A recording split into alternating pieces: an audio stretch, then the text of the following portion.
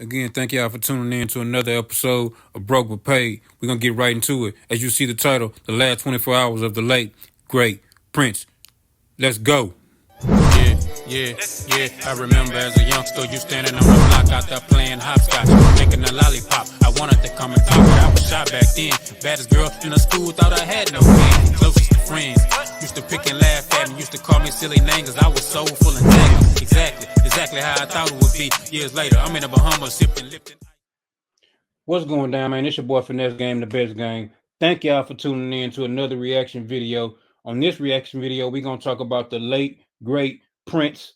Everybody know who Prince is. Purple Rain, Little Red Corvette. He's a legend. It's an honor to do this video. I had to do this video. I'm going to try to bring out all the legends when I do my reaction video, plus with a little sprinkle, a little bit of something else in the inside of that too, man. So make sure y'all hit them bell notifications. Make sure y'all subscribe so y'all can keep up with your boy. Let's go, man. We're going to get right into the video. The Life of Prince. Listen to my body tonight. They say 2,000 years, your body lovers out of time. So tonight, don't party like it's 1999. I'll say it one more time.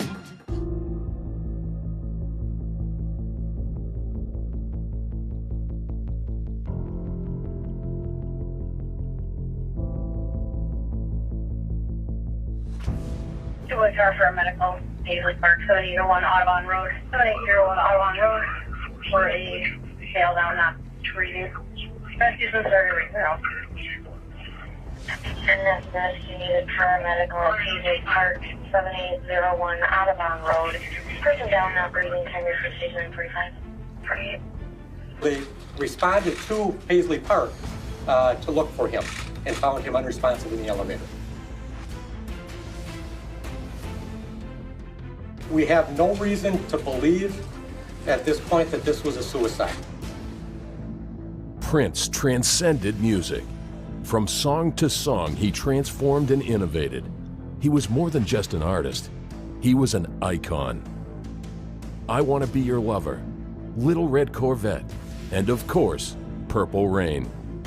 He delivered massive hit after massive hit, pushing the boundaries of his craft. But Prince was not untouchable. In the years leading up to his death, the superstar began to appear increasingly frail, and a series of dramatic events would lead up to those devastating final moments. The months leading up to Prince's death is an extraordinary tale in itself. At the beginning of April, he cancelled a couple of concerts, ostensibly because he was poorly, but it was actually to give him time to recover from what was then an opioid addiction. April 21st, 2016, 9:43 a.m. An emergency call is made from Prince's Paisley Park mansion. 10:07 a.m. Emergency responders arrive at Paisley Park and Prince is pronounced dead. The autopsy this morning began at 9 a.m. Central Daylight Time and concluded at 1 p.m. And just shortly, I received word that his body did leave Midwest Medical Examiner's office and was released to the family. Join us as we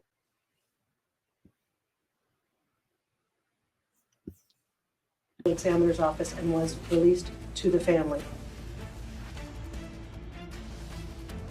Join us as we investigate the last 24 hours of Prince.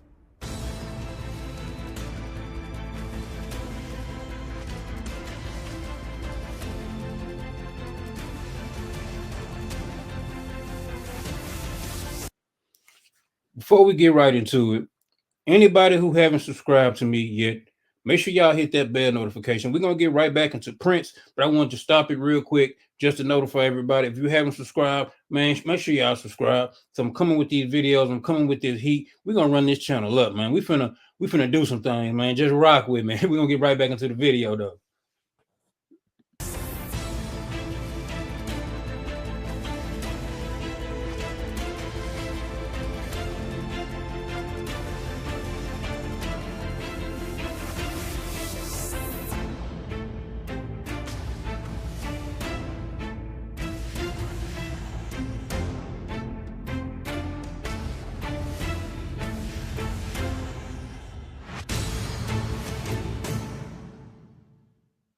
This man is one of the most committed artists I've ever known. And by that I mean committed to music, utterly. And he was able to do almost everything.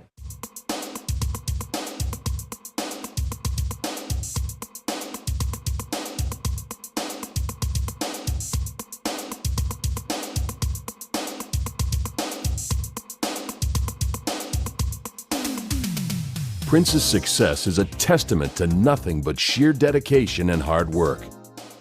With over 100 million records sold, 39 studio albums, and 7 Grammy Awards, his work continued to wow, shock, and surprise throughout his extensive career. To say that he was prolific would be an understatement. His genius was unrestrained, it was unstoppable. He wrote his first song when he was, I think, 7 years old, and he went on to sell over 100 million albums, 100 million albums. He became one of the most iconic artists of all time. He contributed to fashion, he contributed to film, he contributed to music. But the one constant in his life that sustained him and sustained his creativity was his work ethic.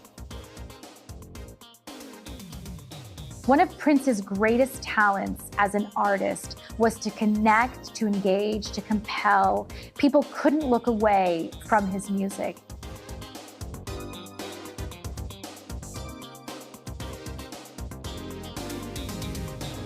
In a 1999 BET Tonight interview, Prince, Before we continue, I ain't gonna keep stopping. I know y'all don't be liking me to stop the video with it. But before we continue, in the comments, let me know what your favorite Prince song is.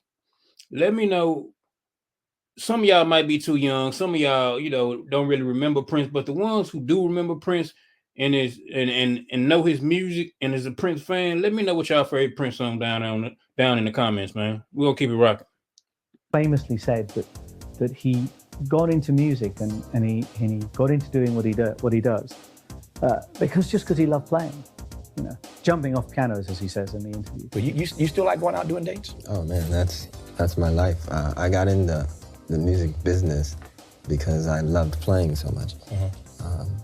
You don't really get into the business to be a star, at least I didn't. I didn't get in to make a whole bunch of money or anything like that or meet a whole bunch of women. Just so happens those are the things that came along with it. They come with it. I was always playing a lot and it's what it's all about, jumping off pianos. It's all about jumping off pianos and hurting your foot when you jump. The sense you get from him is that, and these are his words, the art came first, the money and the women came after. And that, again, keys into a number of things, not least of which was his work ethic. The world is full of people who want the world, and they want it now. They want the money, they want the women, they want the sex, they want the fame, they want the adoration. But they don't put the time or the effort, and they don't have the kind of intense passion for their art. Man, he just said some real stuff. They want the car, they want the women, they want the money, they want the lifestyle. But the difference is between you and them, you don't want to work for it. Man, that hit hard. That Prince did. And it's that line that separates genius, if you want, those who go on to become artists of the caliber of Prince, and there's not many of them around. Prince, is in a very small, thin group of the most iconic figures of 20th and 21st century art. One of the things that Prince will always be remembered for is the way that he could change genre of music absolutely fluently, whether it was pop or rock or funk or R&B. And he didn't just do it album to album. He would change completely the style of music from song to song on an album. So what was so revolutionary about this man is that he was completely fluent across a wide range of styles of music. And he loved to fuse them together in different ways and experiment in a way that no one really did that to that degree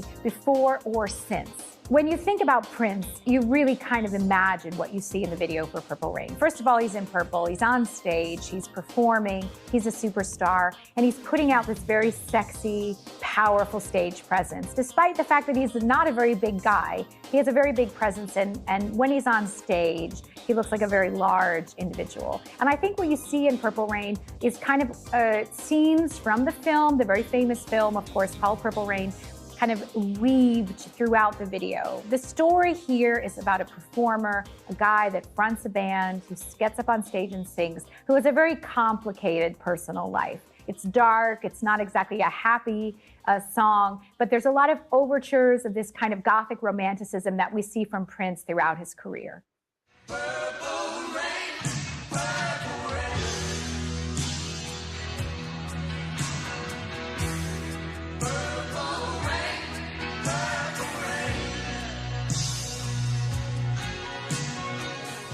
I think Purple Rain is an incredible song. It's an anthem of sorts. And, you know, there's a lot of apocryphal imagery. Prince was asked about it many times, and he did have a real fascination at the time about the apocalypse and the end of the world. And Purple Rain is really about when the sky turned red and blue and rained purple, and it's the end of the world, and it's being with the person you love and your God at that time. That's what Prince is basically alluded to later in life.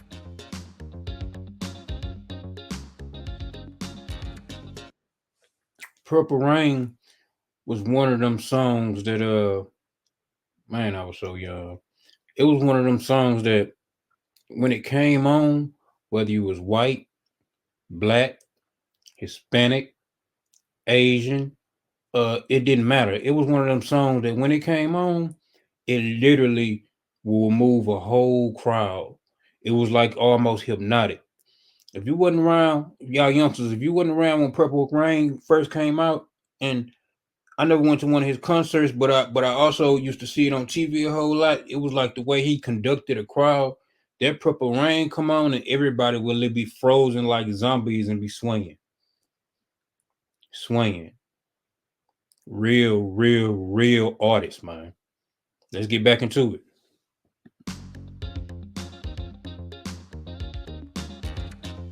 He was brought to the attention of Warner Brothers Records by a local Warner Brothers representative who said that we have this fantastic kid in Minnesota and you've really got to hear him.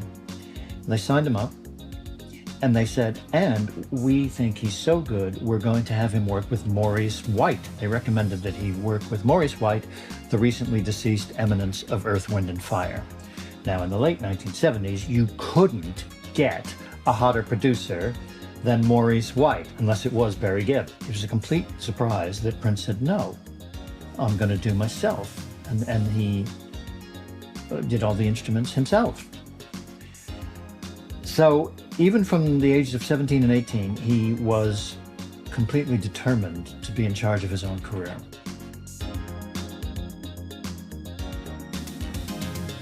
The Dirty Mind album was quite unfit for radio airplay, for princely reasons you can imagine.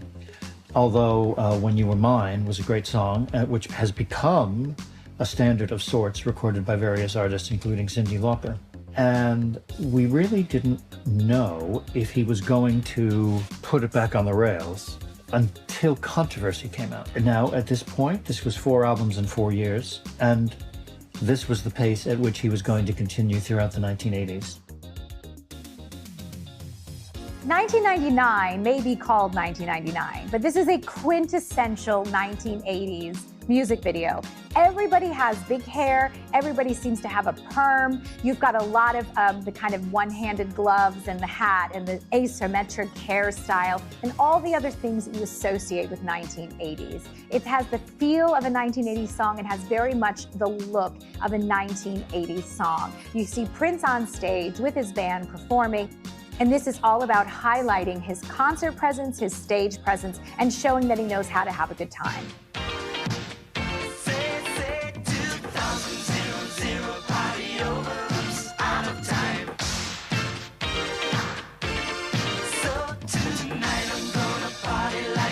1999. He was very much a trailblazer in so many respects. His video for Little Red Corvette, for instance, that, along with Michael Jackson's Billie Jean, paved the way for black artists to be represented on MTV. Where he could innovate, he would always just want to push the boundaries. And that's the sign of a great artist.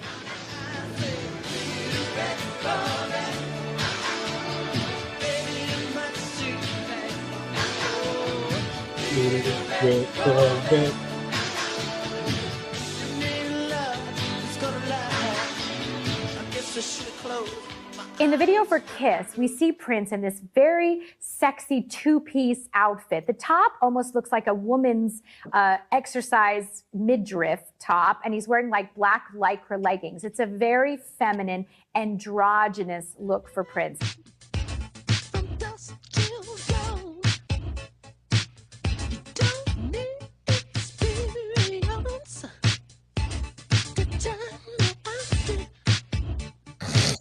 A lot of Prince's breaking down of barriers had to do with the way that he was appearing to be two genders at the same time. And in this video, we see him in a way kind of prancing around as if he's a very sexy woman in heels, bearing her midriff. But at the same time, he's very much a man who is masculine, who's sexual, and who wants a woman. So it's an interesting... Now, did you hear her? Hold on. Did y'all hear her? She say Prince was one of the only dudes who can be real feminine like a woman. I'm talking about he used to get his hair done, eyebrows arched, nails done, heels, tight clothes, makeup, everything like a woman, but still have a masculine feel to him. And he still messed with hoes, and he still messed with women, and he still had a girl chasing him, even though he was real feminine. Just a different mixture, you know what I mean? Combination, and it's a motif that Prince would play with throughout his career, including ultimately wanting to be called a symbol that was both male and female.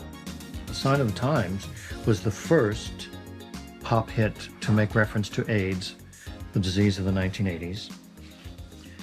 And he even recorded it first a year before it came out. But even after that year's wait, which nobody knew was a wait, it still was a breakthrough. That's how ahead of the times he was. In the 1999 BET Tonight interview, Prince talked about perhaps one of the most controversial things that he did was to change his name from Prince to the artist formerly known as Prince, or the artist, and he created a love symbol to represent that. And what was fascinating about what he said was, and controversial about what he said, was he described himself as a slave. And he makes it clear he's not talking about the kind of slavery that African Americans had to endure when they first came to America. That's not the kind of slavery he's talking about. He says, it's relative. But Prince was in a trap. Prince was under contract Prince was owned, No, I can't use Purple Rain. I can't use this song. I can't sell the song Purple Rain now unless I record it again, which I have plans to do if I can't, in fact, get the master recording that I believe is one of my children, So I had to get freed from the mentality of being a slave.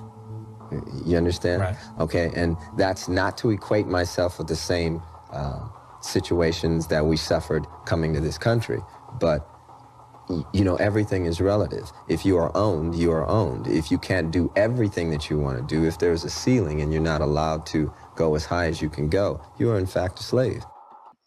A lot of y'all want to be bosses, but if you got somebody else that signs your check, I'm not saying nothing wrong with that, but this is what I'm saying. If you got somebody else that signs your check, you can't make decisions for yourself, and you got to ask somebody to make a decision, you are not a boss. Basically, what he's saying is, he had to get out of that mind frame and start wanting to own everything, because before he was just known Prince. Prince was owned by somebody. So he changed his name to a symbol, and he owned that. know what I'm saying? That's something he owned. That's something he learned to, like going down the road. Ownership is everything. So make sure y'all remember that. Ownership is everything. Even if you work, you still want to have something you can own, something that's tangible. I don't give it if it's land or mortgage, something that you own that's rightfully yours, that has value. Let's get back into it. Rather tellingly, he says, if you're owned, you're owned. And if you can't do everything you want to do, then you're a slave. And that sums up both Prince's desire to control his own destiny and his obsessive compulsion to be the best possible artist that he could be, which is that kind of rare drive that only artists of the caliber of Prince and only an artist like Prince could do. That is what made him what he is. It's that determination to be free, to express himself and push whatever boundaries he wants to push in his own way and on his own terms. And for somebody as creative and as controlling as Prince, the idea of being denied that freedom would indeed have been, quite rightly described, as a kind of emotional or creative slavery. And that's what he was driving at. And he didn't just want it for himself. He would have wanted that for any artist.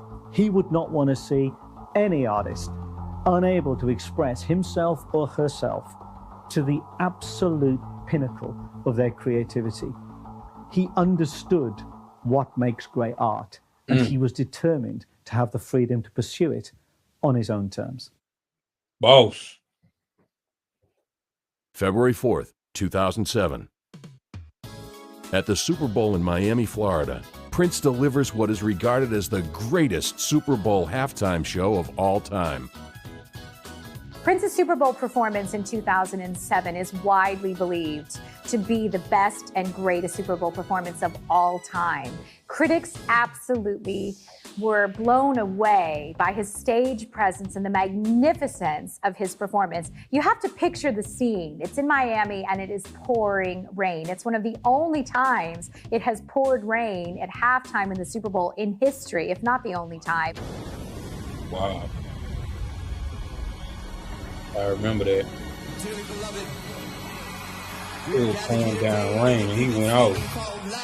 Another thing he did, which was extraordinary, was to cover other songs during the performance. Mostly when Super Bowl artists are asked to perform, they do their own music, and that's maybe they invite a guest singer to come in and do a song like we saw with Coldplay and Beyonce, but generally they do their own songs. What Prince did was to cover other songs such as Jimi Hendrix and the Foo Fighters in the midst of this incredible performance of his own hits.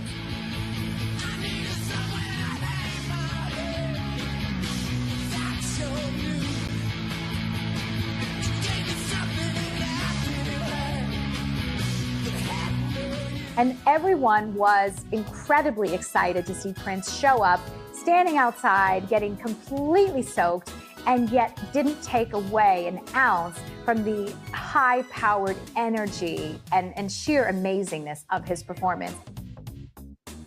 He was so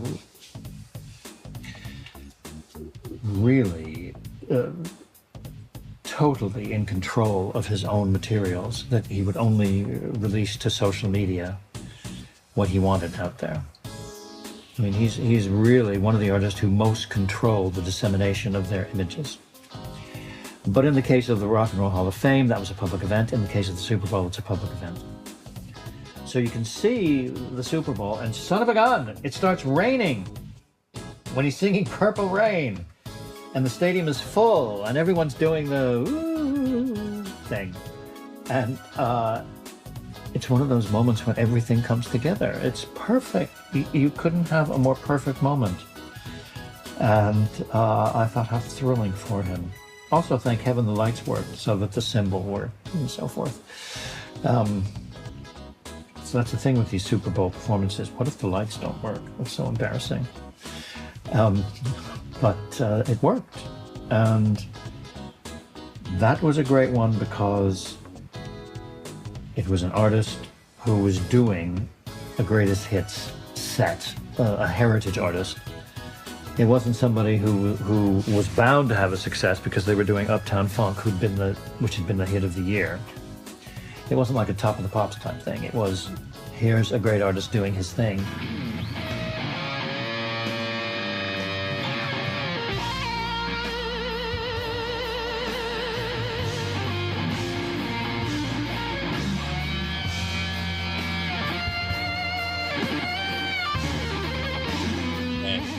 I think what Prince in a very savvy way did here was to give the public what he knew they wanted, was a rip-roaring good time full of high energy and music that they love.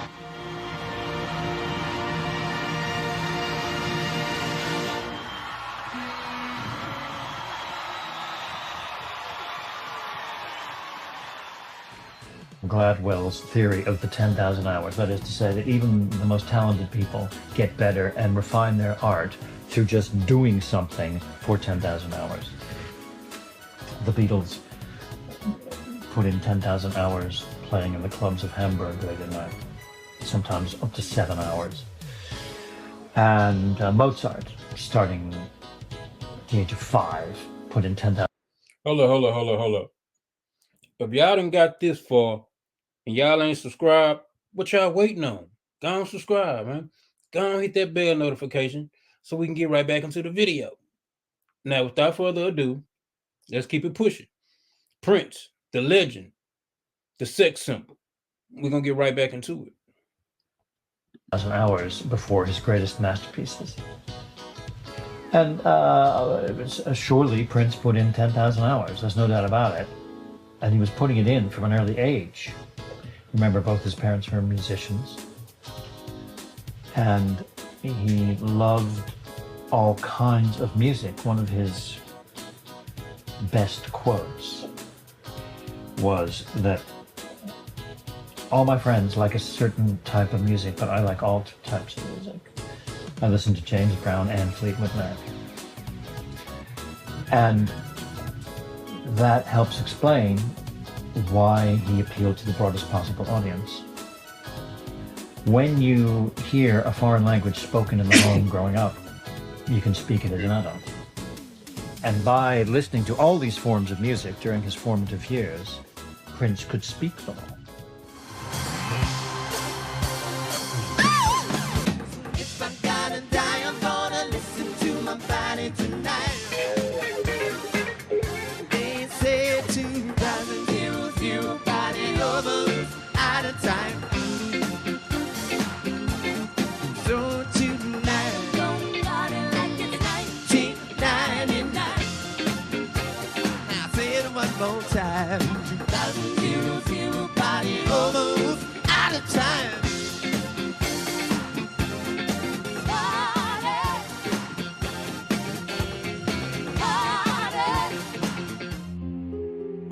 But beneath the giant persona that the world saw on stage was a problem that was becoming increasingly troubling. April 7th, 2016. Prince cancels 2 concerts in Atlanta, blaming the flu. But Dr. Michael Todd Schulenberg is treating Prince's withdrawal from his opioid addiction. For Prince, like for others before him, the doctors who administered those drugs to him were little more than legalized drug pushers.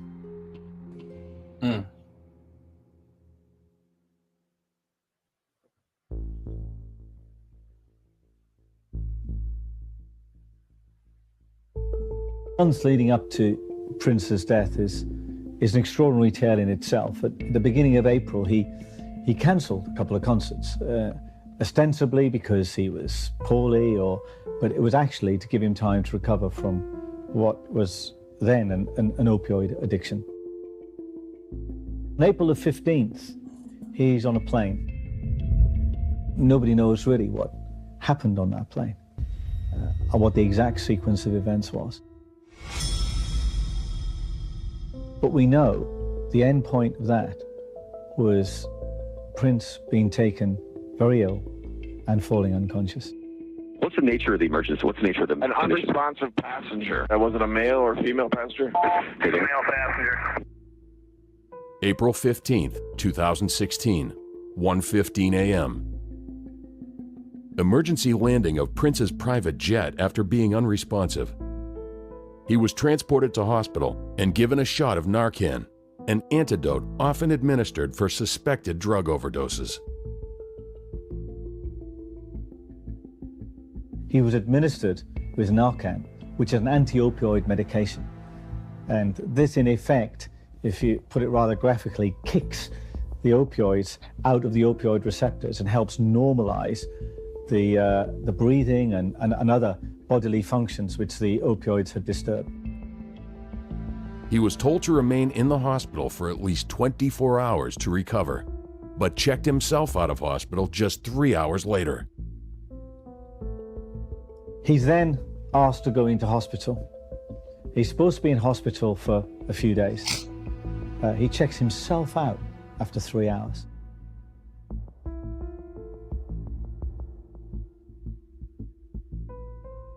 I think to understand addiction, you first of all have to understand how the reward circuitry in the brain works. So, in a nutshell, a rather simplified nutshell, you know, y'all been watching my videos, you know, I always talk about drug use. My video on Marvin Gaye, drug use. My video on Whitney Houston, y'all ain't checked them out, go check that out. Drug use. Prince, drug use.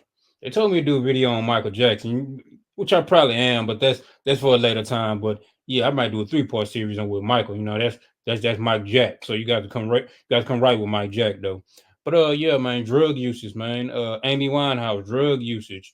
You know, we can go on and on of artists, great artists who are fallen to drug use. Even the more recent artists have fallen to drug use. So I'm gonna stop talking right now. I know y'all tired of hearing me talk, but I'm gonna get right back into the video, man. What happens is you have the ventral tegmental area, which is somewhere down here, and that releases a neurotransmitter called dopamine. The dopamine then goes up to nucleus accumbens, which is to do with motor function and motivation, and then that goes through to the prefrontal cortex. So in a very simplified way, addiction starts with a release of dopamine, goes to the nucleus accumbens and into the prefrontal cortex. Now, reward circuitry in the brain has enormous evolutionary advantages. Okay? We have to want food, sugar, salt, pleasure. All these things have great survival value for us as a species. But what happens in addiction, this reward circuitry gets hijacked, gets kidnapped. And it gets kidnapped by cocaine or prescription drugs like benzodiazepines or opioids. Or it gets hijacked by porn. Or it gets hijacked by the drive for pleasure and ever extreme sensations, be it through the consent or non-consent of other people. So this reward circuitry can be really beneficial to us, or it can destroy us. With performers like Prince, that's what happened. The reward circuitry got hijacked, and it got hijacked in one case by cocaine, in another case by prescription opioids. And let's look for a moment at what these prescription drugs do. There is a myth, perhaps it's a myth that Prince believed in, that these opioids or these drugs, because they are prescribed, that you can't get addicted to them, or there's nothing wrong with it, or it gives people a false sense of security. But that's not the case. And broadly, there are 3 classes, if you want, of prescription drugs which can become very destructive. You've got your opioids, okay, and which are usually painkillers. You've got what's called your central nervous system depressants. These typically are benzodiazepines. I guess most people would know ones like Xanax or Valium. And then you've got your stimulants, like your amphetamines. And whereas they can all provide useful clinical functions, they can also drive us into addiction and into dependency. And what happens in dependency is this: because dopamine is the insatiable neurotransmitter, it can never get enough. It never stops wanting more. And what happens is eventually the reward system of the brain becomes completely depleted, exhausted. Wow. So if you want, addiction goes through 4 phases. First, there's desensitization. When you're an addict, you become desensitized to what once gave you pleasure, now simply causes you pain, because you are driven to consume more, whatever your drug of choice is, be it a prescription drug, be it an illegal drug, be it sex, be it pornography, whatever your substance of choice is, eventually you become desensitized to it. We call it tolerance. So it doesn't do for you what it used to do in the past.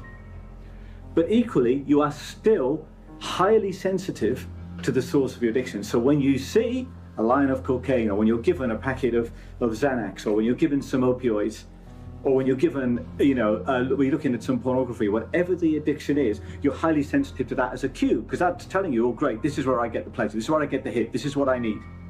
Yeah. And then you get what's called hypofrontality. And hypofrontality is when your prefrontal cortex, if you want, your willpower collapses, so you no longer have any control. And so the prefrontal cortex effectively becomes disabled. And finally, your stress mechanism, if you want, goes into overdrive. You feel consciously anxious, wired, stressed. So desensitization, sensitization, hyperfrontality, and really a dysfunctional stress system. That's addiction.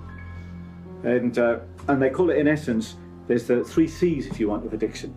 The first C is the craving, the dopamine. Give me more, give me more, give me more. Then you've got a loss of control, and then you have the negative consequences on your life. The fundamental thing about addiction and about the way dopamine works is it's the search for novelty. We always want something new. So what one line of cocaine or one or 2 or 3 opioids did for you yesterday, they won't do it today, and they won't do it tomorrow. So you have to have more.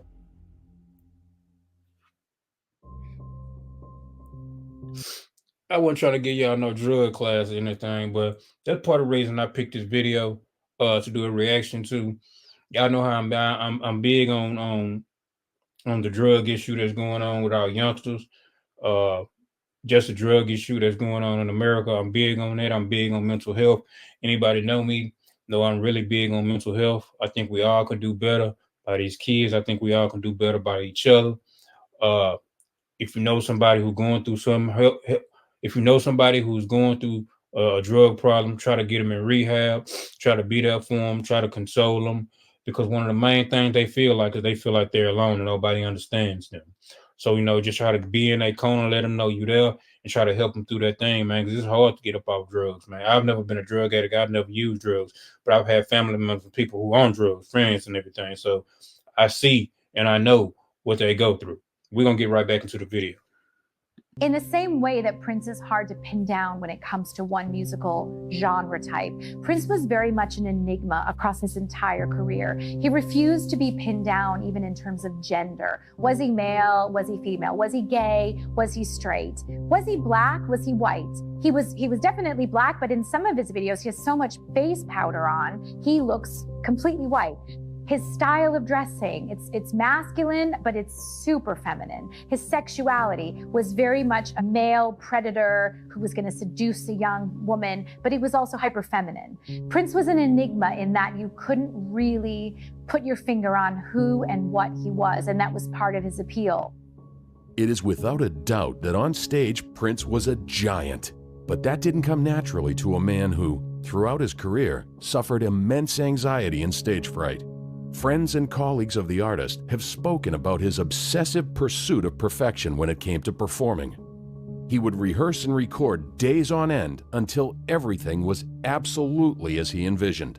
There's a wonderful anecdote which was narrated by Prince's publicists, and they say that after a performance, he would make the band watch a video of the show they'd just performed.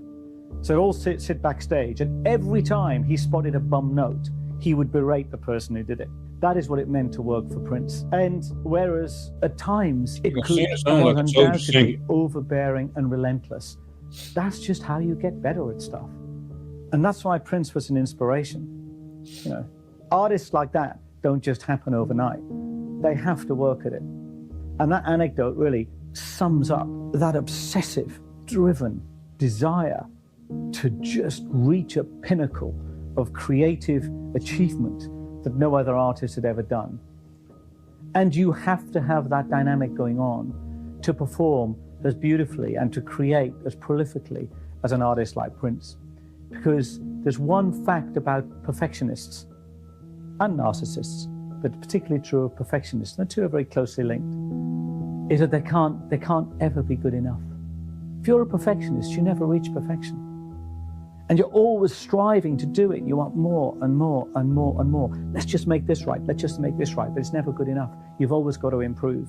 And it's that narcissism, that perfectionism, and that incredible creative drive and work ethic that goes to make a genius like Prince. In addition to all of the reports about Prince's clean living, his veganism, his Jehovah's Witness beliefs, there are also a wide array of reports about his opiate addiction, about his love of pills, and some of the less kind of clean living things that may have happened towards the end of his life and in fact contributed to his death. I'm thinking, so here's this guy, 5'2", and he's been on heels for 38 years. Surely he's got to have hip pain.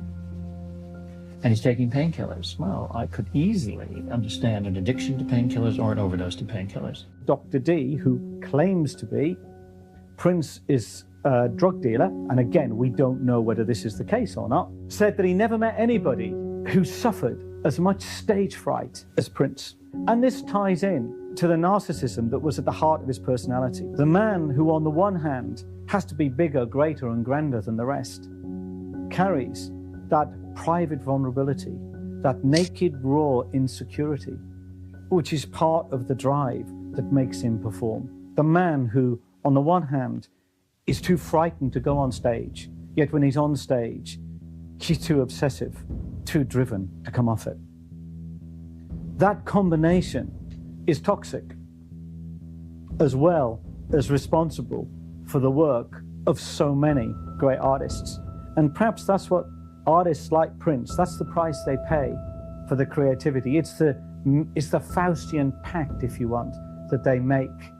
Give me my creativity, give me my art, and I will give you my life. So if Prince used drugs, either prescription or illegal, his publicist Chris Poole, his former publicist Chris Poole, suggested it wasn't for recreational use. It wasn't because he wanted to get high.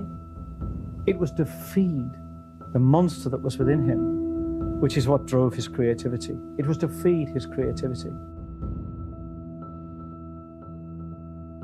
So let's just look at that sequence of events. First of all, he cancels concerts because of his addiction. Then, because of his addiction, he falls unconscious on a plane flight. He then is taken to hospital because of his addiction, where he's told to stay, but he checks himself out. And there's two things going on at that moment when Prince says, I'm out of here. One is his intolerance of being told what to do. And that's not a comment, there's not a judgment on Prince or anybody else of that iconic stature, of which there are very few artists who reach that stature. But he's used to getting his own way. If he doesn't want to stay somewhere, he's not going to stay. And the second thing, perhaps, it's his narcissism, his sense of invincibility. I can cope. It's denial. I can cope. I can leave here, I'm fine. But of course, he wasn't fine. And the cancelling of the concerts, and the incident on the plane, and him being put into hospital, were all signs of what was to come just a few days later. Two car for a medical, Paisley Park, 7801 Audubon Road, 7801 Audubon Road, for a fail down not treated. Rescues and surgery, now. And nurse needed paramedical at Paisley Park, 7801 Audubon Road. Person down, not breathing, time for 47:45.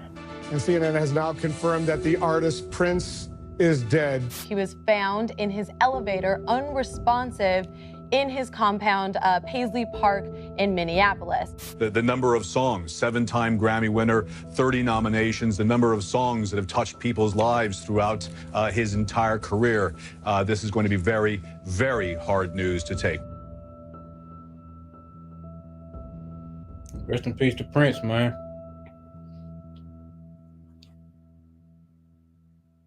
April 16th, 2016. Prince holds a party for close friends at his Paisley Park mansion. he shows off his new purple instruments.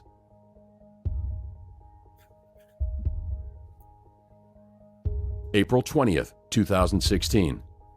Schulenberg treats Prince again for withdrawals. Later that night, a representative of Prince contacts a Californian addiction specialist, Dr. Howard Cornfield. He is asked to intervene in the megastar's crippling opioid addiction. However, the doctor cannot make room in his schedule and instead sends his son Andrew on an overnight flight to Minneapolis.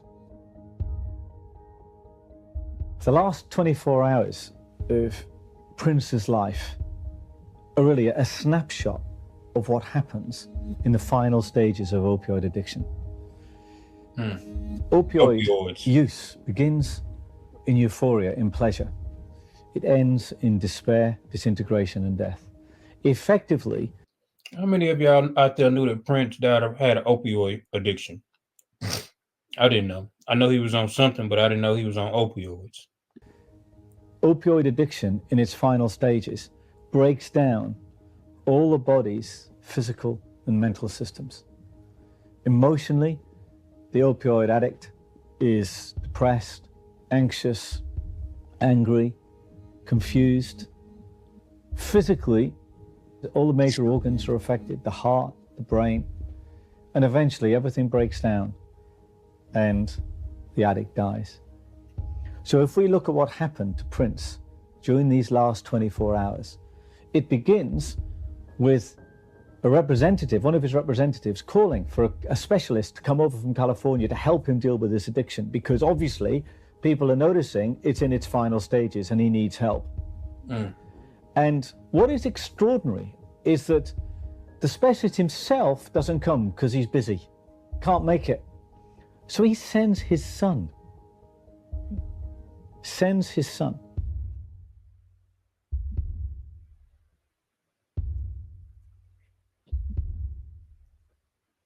Presumably, because Prince ended up in his house alone on the evening of the 20th and the morning of the 21st, the specialists did not do enough either to help Prince and obviously not enough to save his life. Because those last few hours he spent in his recording studio, we can only imagine what happened after that.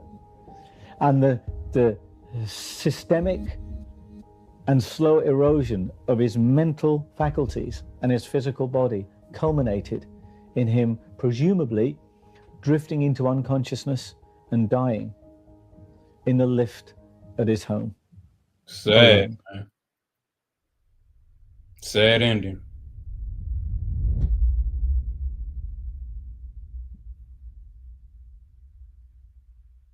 April 21st, 2016, 9:30 a.m.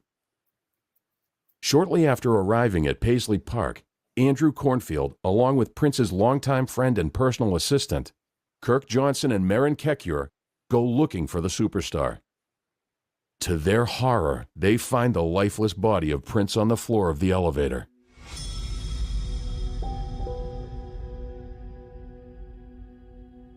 "9:43 a.m. An emergency call is made from Prince's Paisley Park mansion.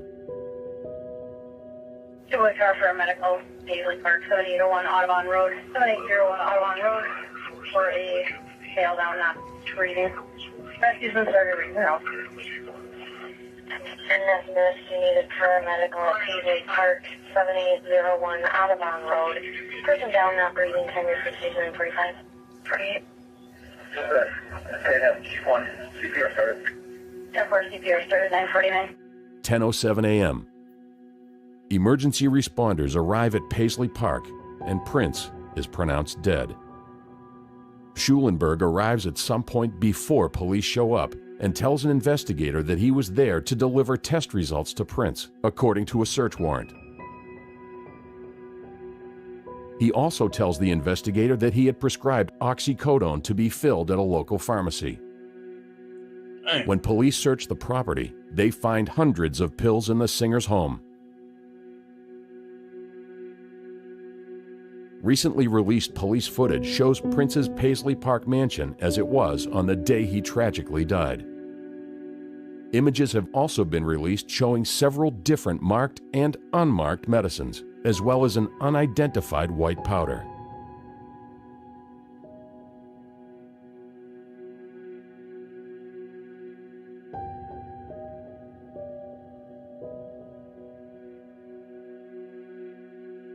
This is very sad, man. They responded to Paisley Park to look for him and found him unresponsive in the elevator. We have no reason to believe at this point that this was a suicide. But again, this is early on in this investigation, and it's continuing to, we'll continue to investigate. You received a call at 10:12 yesterday morning to come and assist the Carver County Sheriff's Office in this investigation. Our chief medical examiner arrived on the scene at 11:30 yesterday morning, local time, and was on the scene for several hours. The autopsy this morning began at 9 a.m. Central Daylight Time and concluded at 1 p.m. And just shortly, I received word that his body did leave Midwest Medical Examiner's office and was released to the family. June 2nd, 2016. It is announced that Prince died of a self-administered accidental overdose of the powerful drug, fentanyl. Fentanyl overdose.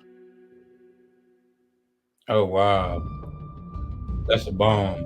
So the last moments of Prince's life was spent in the lift at his home.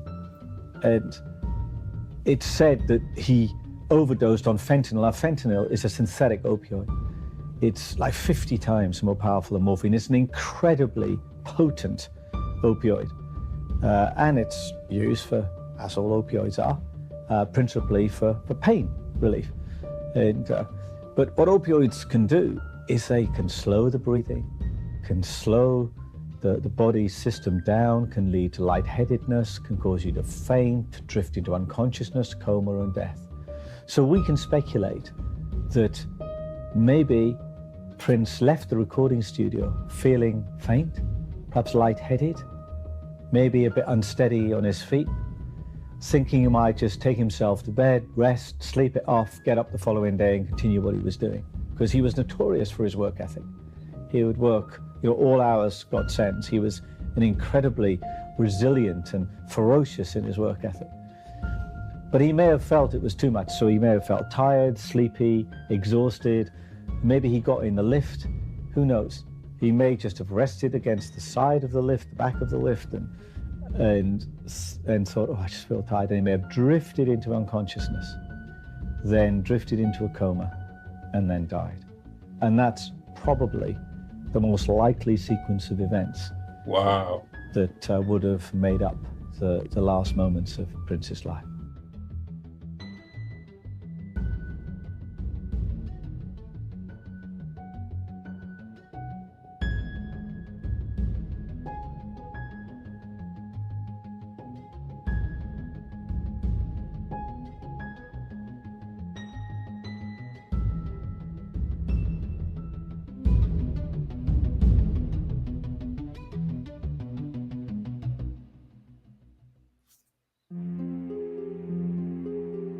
April 19, 2018. Mark Metz, Carver County Attorney, announced that he was closing a 2-year criminal investigation into Prince's death without filing any criminal charges. Metz stated that investigators were unable to develop credible evidence documenting the source of the fentanyl that killed the musician, who likely believed he was taking a prescription painkiller. In fact, the pills he took were counterfeit Vicodin. A civil settlement was reached with Dr. Schulenberg, who admitted prescribing Percocet to Prince's close associate, Kirk Johnson, knowing that it was, in fact, intended for Prince. For Prince, like for others before him, the doctors who administered those drugs to him were little more than legalized drug pushers.